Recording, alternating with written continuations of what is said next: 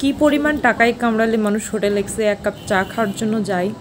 পিনিক যখন ওঠে তখন তো টাকার পরোয়া করলে হয় না, তাই পিনিকের ঠেলায় আমি আর আপু সাজুগুজু করে হোটেল এক্সে চলে আসলাম চা খেতে। চিল মুডে বের হয়েছিলাম মেস থেকে, তারপরে রিক্সাওয়ালা মামাকে দেখে আমাদের মন খারাপ হয়ে গিয়েছে। মামাটির দুই হাতের মধ্যে একটি হাত নেই, তারপরে খুব দক্ষতার সাথে তিনি রিক্সা চালাচ্ছিলেন।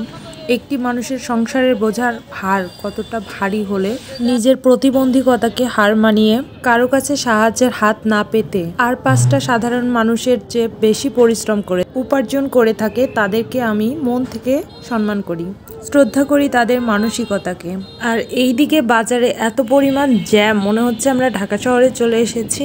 এটা সেটা নিয়ে গল্প করতে করতে আমরা চলে এসেছি হোটেল এক্সের সামনে। সত্যি কথা বলতে হোটেল এক্সে মাঝে মধ্যেই চা খেতে আসা হয়। এমন সুন্দর নিরিবিলি পরিবেশ কার না ভালো লাগে বলুন। এইদিকে আপুর শাড়ির আঁচল রিক্সা টেনে ধরে বসে আছে। চলুন তবে হোটেলের ভিতরে যাওয়া যাক।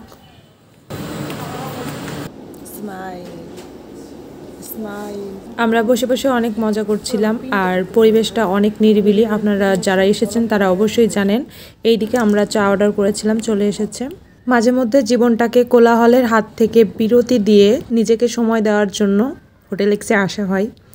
তো এখানেই বিদায় নিচ্ছি। সবাই ভালো থাকবেন, সুস্থ থাকবেন, ধন্যবাদ।